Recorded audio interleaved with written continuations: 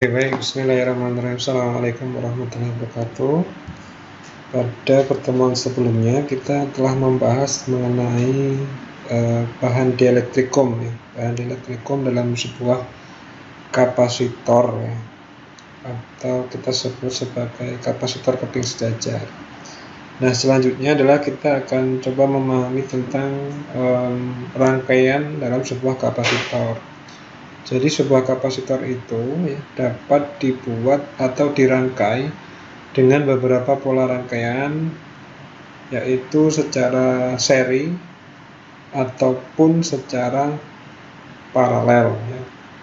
Di mana simbol kapasitor dalam sebuah rangkaian itu disimbolkan dengan dua garis besar yang sama besar ya, dengan dua garis yang panjangnya sama.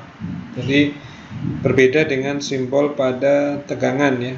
Tegangan garis yang panjang menunjukkan kutub positif, sedangkan garis pendek menunjukkan kutub negatif. Sedangkan pada kapasitor itu simbolnya sama, besarnya sama besar, plus Q dan minus Q, muatan. Di mana dalam setiap kapasitor itu tentunya memiliki kapasitas kapasitor, yang artinya menunjukkan besar muatan listrik ya, yang terkandung pada masing-masing keping dari kedua keping tersebut yang mengalami beda potensial atau tegangan, sehingga nilai kapasitas kapasitor itu seperti dijelaskan yang lalu bahwa C sama dengan Q per V, dengan C adalah kapasitas kapasitor, Q adalah nilai muatan listriknya, sedangkan V adalah beda potensial listriknya. Nah, ini saya ulas kembali. Dalam satu kapasitor ya, yang digambarkan dalam satu keping sejajar dengan nilai C sama dengan Q per V, atau kapasitas sama dengan muatan dibagi dengan tegangannya, nah itu akan memiliki bahan dielektrikum. Nah, bahan dielektrikum ada macam-macam ya, ada beberapa bahan.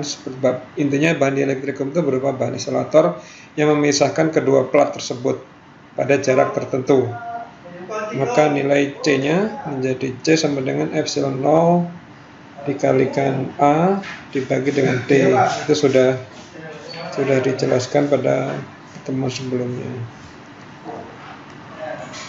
Ini juga sama ya, besaran nilainya adalah C ya, dengan epsilon 0 itu adalah 8,85 dikali 10 pangkat minus 12. Itu adalah nilai dari permitivitas udara atau ruang hampa. Kemudian rangkaian, nah ini adalah rangkaian kapasitor. Nah, di rangkaian kapasitor ini ada dua hal ya, ada dua contoh. Yang pertama, kita akan pelajari tentang rangkaian seri.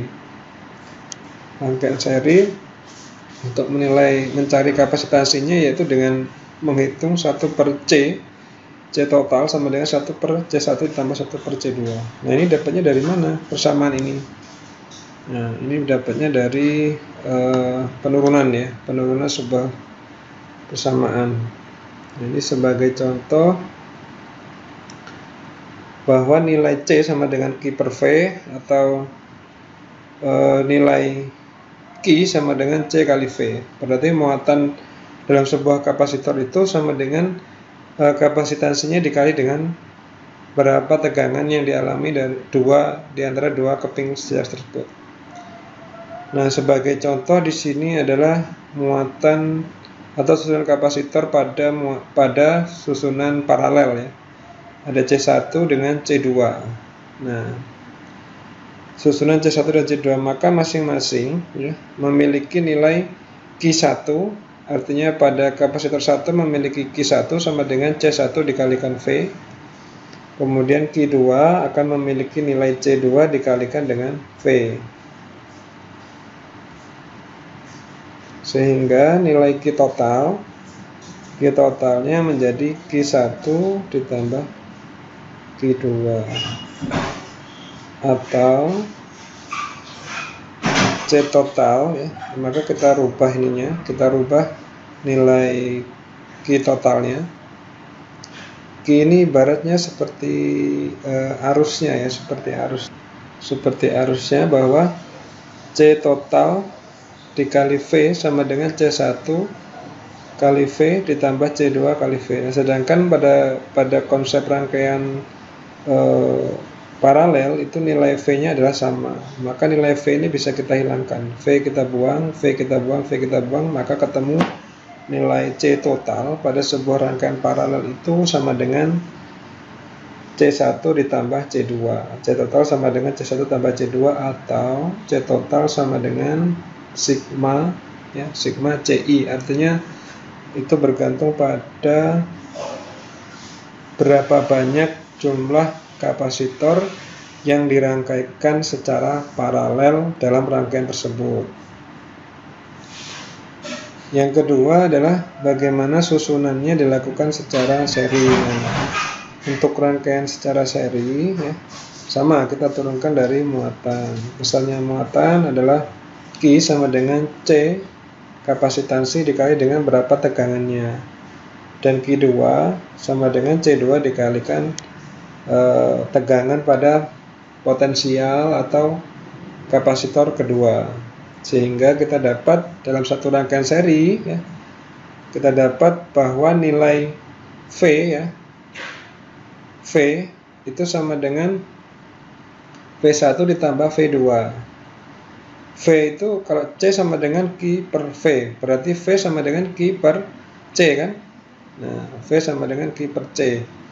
Maka kita bisa turunkan bahwa V sama dengan V1 tambah V2, nilainya menjadi Q total per C total sama dengan Q1 per C1 ditambah Q2 per C2, dengan nilai Q setiap kapasitansi, setiap kapasitor itu besarnya adalah sama karena dia berada pada rangkaian seri. Jadi ketika arus mulai dari potensial tinggi ke potensial yang lebih rendah, nilai muatan yang bisa ditampung itu sama besar karena dia berada pada rangkaian seri, sehingga besarnya kapasitansi total dalam sebuah rangkaian seri, ya, sama dengan 1 per C total sama dengan 1 per C1 ditambah 1 per C2. Maka secara umum susunan seri akan menghasilkan nilai 1 per C total sama dengan sigma 1 per CI. Itu adalah rumus untuk perhitungan rangkaian secara seri, ya. Jadi secara seri dan paralel letak perbedaannya adalah di penjumlahannya, ya. Kalau C total itu adalah C1 tambah C2, sedangkan pada rangkaian paralel itu 1 C total sama dengan 1 C1 tambah 1 C2. Nah, itu adalah asal-usul nilai dari sifat atau menghitung besarnya kapasitansi dalam sebuah kapasitor yang dirangkai seri ataupun dirangkai paralel. Nah, selanjutnya kita coba lihat persamaan ini. Nah, di sini kita kembali ke sini, ya. Di dalam rangkaian seri tadi sudah kita dapat bahwa nilai 1 per C total itu sama dengan sigma 1 per CI, ya, sehingga kita bisa menghitung berapa nilai kapasitansi dari masing-masing muatan ini. Nah, sebagai contoh, di sini ada sebuah rangkaian dengan yang terdiri dari 2 buah kapasitor C1 dan C2 memiliki nilai 2 mikrofarad dan C2 memiliki kapasitansi 3 mikrofarad.